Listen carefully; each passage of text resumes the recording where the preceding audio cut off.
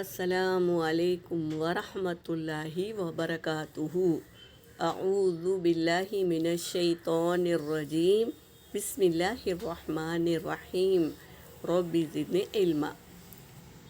آج ہم دلہا اور دلہن کو مبارکباد دینے کا سنت طریقہ سیکھیں گے۔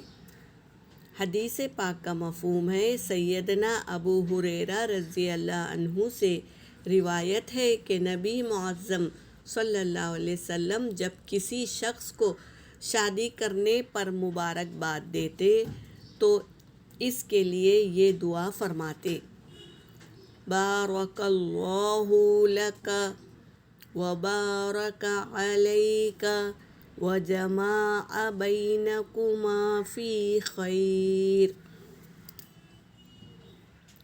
کیا ہے ترجمہ اس کا؟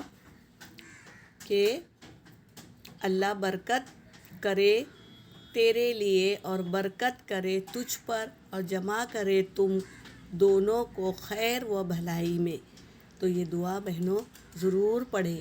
ہم جب بھی شادی میں جائیں تو دلہا دلہن کو یہ دعا ضرور دیں تاکہ وہاں پر بھی ہماری سنت ادا ہو جائے۔ تو سنت پر ہمیشہ ہم قائم رہیں گے، لیکن شادیوں میں ہم اکثر بھول جاتے ہیں۔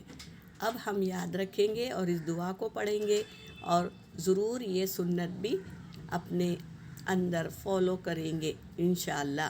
یہاں پر میرا سبق ہو گیا۔ وآخر الدعوانا ان الحمد للہ رب العالمین۔